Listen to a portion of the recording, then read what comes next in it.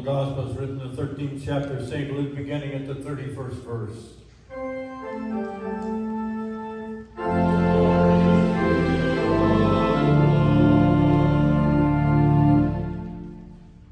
At that very hour, some Pharisees came and said to Jesus, "Get away from here, for Herod wants to kill you."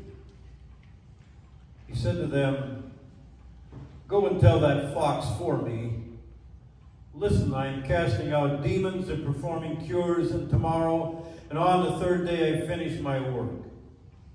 Yet today, tomorrow, and the next day I must be on my way, because it is impossible for a prophet to be killed outside of Jerusalem.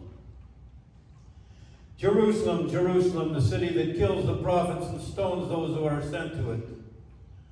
How often have I desired to gather your children together as a hen gathers her brood under her wings, and yet you were not willing. See, your house is left to you. And I tell you, you will not see me until the time comes when you say, 'Blessed is the one that comes in the name of the Lord.'" Here ends the gospel for the day.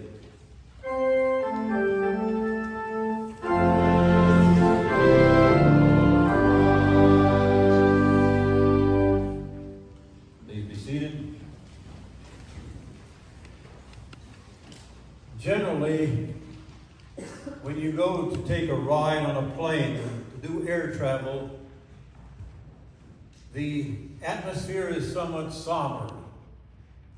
The directives that come from the loudspeakers are not one that are necessarily going to be humorous or joking. I remember only one time in my history of flying that I remember that it was quite different. It was on April Fool's Day. And everybody seemed to be in a good mood, and they were joking a lot, and they were saying things that might have made people just a little uneasy. They dedicated a song to the head steward. It was called "Who's Afraid of the Big Bad Wolf?" There were jokes about how long it would take to get to where we were going, and again, I saw people getting a little agitated. But there is one friend of mine who had even a more interesting event happen in terms of what came over the loudspeaker on the airplane. The captain got in and he spoke and he said, "This is Captain Williamson, and I will be your pilot for today. Our trip will take approximately 4.5 hours. We will be traveling at 33,000 feet, traveling around 600 miles an hour." And he said, "And now we will take off as soon as I gather enough courage to try."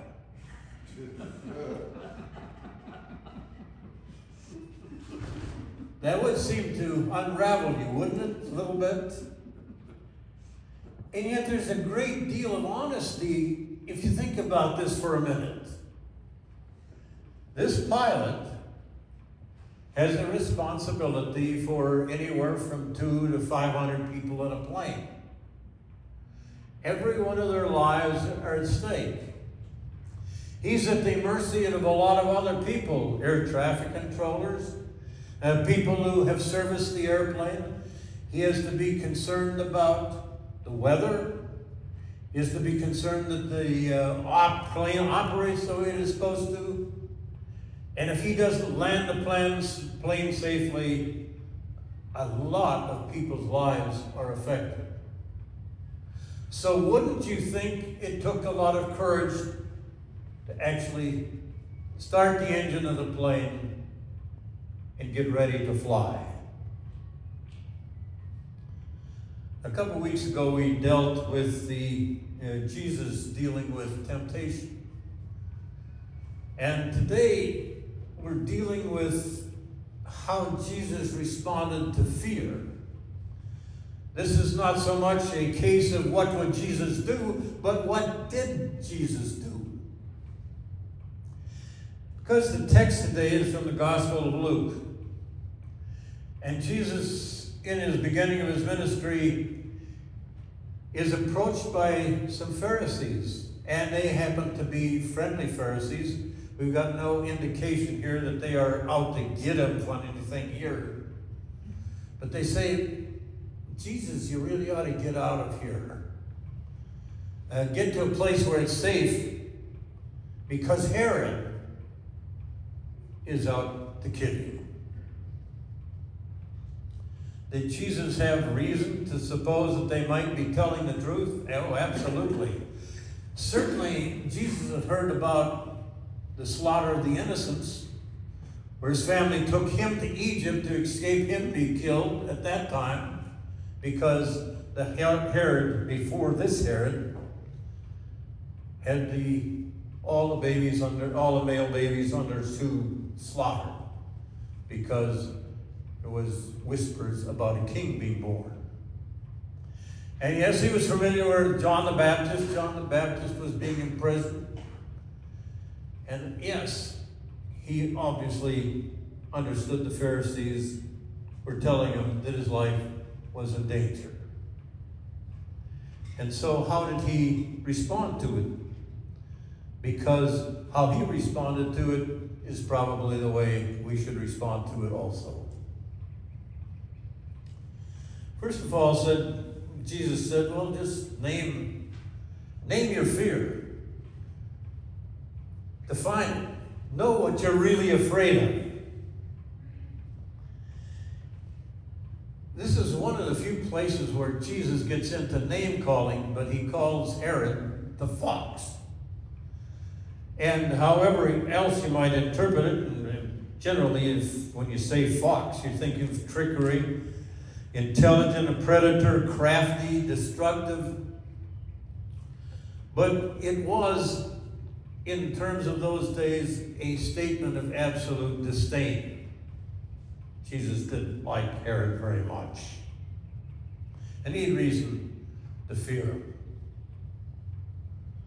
Go tell the fox. He defines it right off the bat. Yes, I am in danger. And unlike the presidents or the dignitaries in today's world, they didn't have really any bodyguards to watch, to take care of them.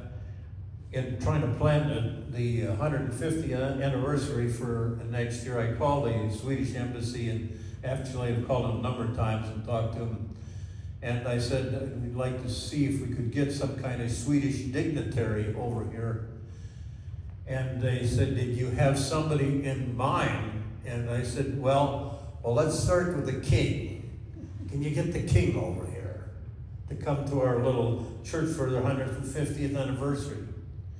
And he said, well, that might be very nice, but he said, you know, when you have somebody of that stature, you have to have a little protocol that goes with it. There's a lot involved in bodyguards and making sure that safety is really enhanced.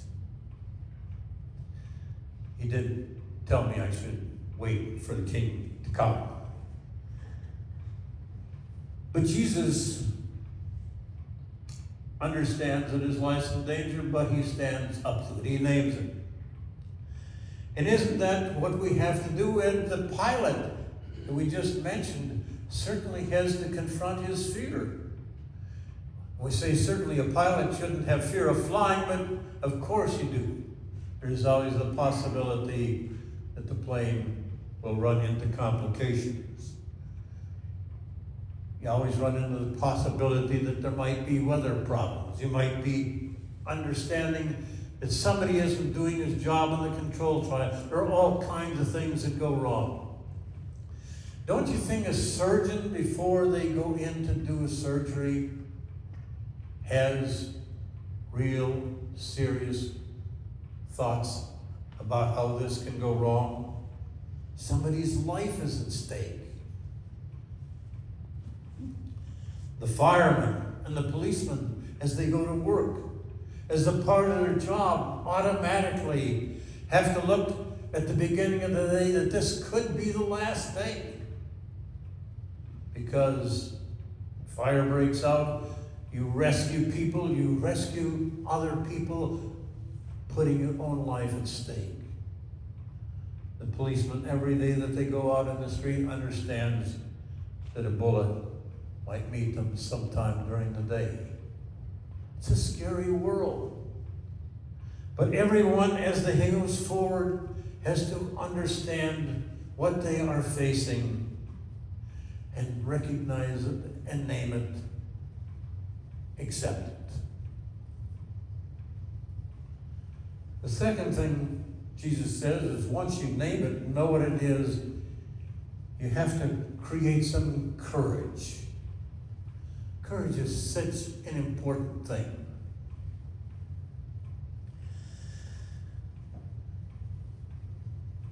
The history of the Bible, the history actually of mankind, is a story filled with the need to create courage in your life. In the very beginning, Moses' mother has a lot of courage putting her little child out on the river and hoping that someone down the line will find it and take care of it. And Pharaoh's household risked their very lives in taking in a Hebrew child. Amos and Jeremiah, the prophets, as they challenge Israel to become a more responsible people, to observe and obey the dictates of God, run into a deep resistance to them and a lot of threats to their lives. John the Baptist, as he calls King Herod to task for stealing his brother's wife, puts himself in extreme danger and eventually his death. Actually, every person that involves any situation of any importance has to find some courage in order to accomplish anything constructive in following the dictates of God. Martin Luther certainly faced a lot of danger in his own life. Luther was of the opinion that he would never survive. Yes, after the diet of worms, he was granted freedom to leave and protection. But he knew that in every other case where that had been promised, he'd die. The person had died. I don't know what problems you face in your everyday lives, but I'm sure there are situations that cause you fear. It might be in work, might be in dealing with other people, might be in dealing with somebody from work. And sometimes, unfortunately, even in this world, we sometimes are scared of some of our own people that we love.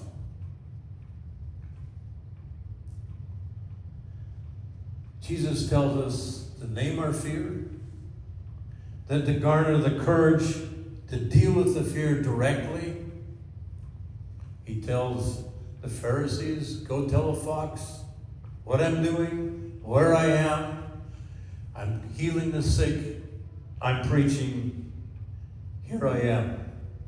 Let him do what he wants. Finally, the thing Jesus says, trust in God too. When you're facing fear, that's absolutely critical. Jesus called on his Father constantly as he was going about the task that he was to do to provide for the salvation of you and me. And finally, in the Garden of Gethsemane, he prays and sweats drops of blood, saying, whatever your will is, I know what I'm going to happen to me, but if you could take this cup away, do, but nevertheless, not my will, but your will.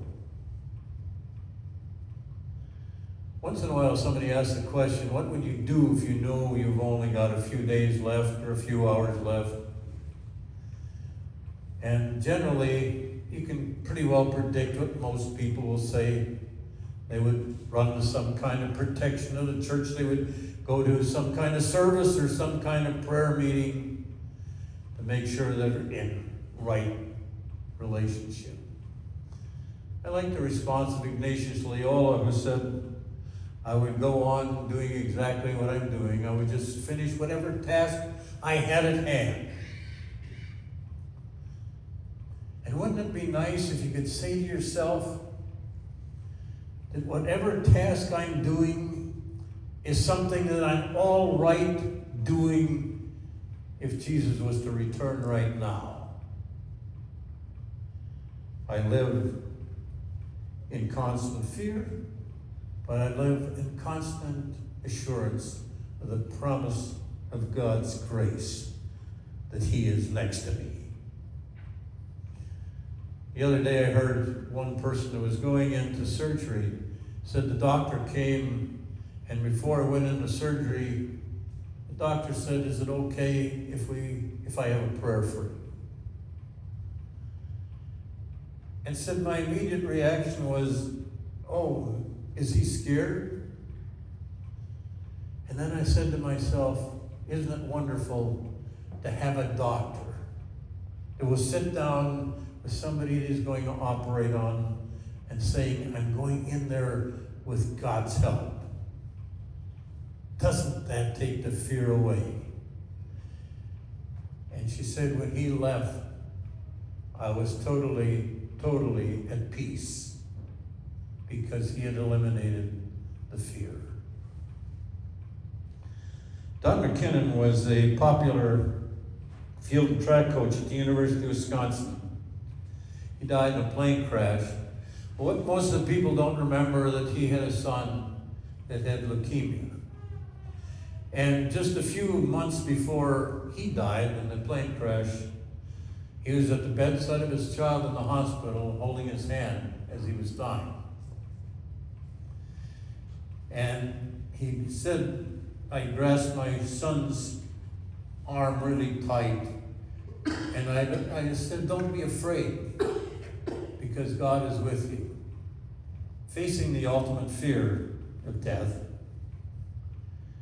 And he said, the child looked up and said, I know. God is here with me. He's standing right beside you. We can eliminate a lot of fear by just assuring others that God is present. The last time I flew to Hawaii, we were flying into Honolulu. I was trying to finish a book that I'd started before I left, and I really wasn't much concerned about what was going on. But as we were going to make the first descent into Honolulu, as we got to about, 10,000 feet, the pilot lifted the plane back up and said, we have to go around again. It was a storm, and it was very dark. Couldn't see much of anything. I got back to my book, and the plane went down a second time and a third time, and it went back up each time, saying we've got to make another attempt. And I looked up, and the person next to me was obviously getting kind of scared, and she looked at me, and I said, are you scared? And she said, yes, I am. Are you? You don't seem to be.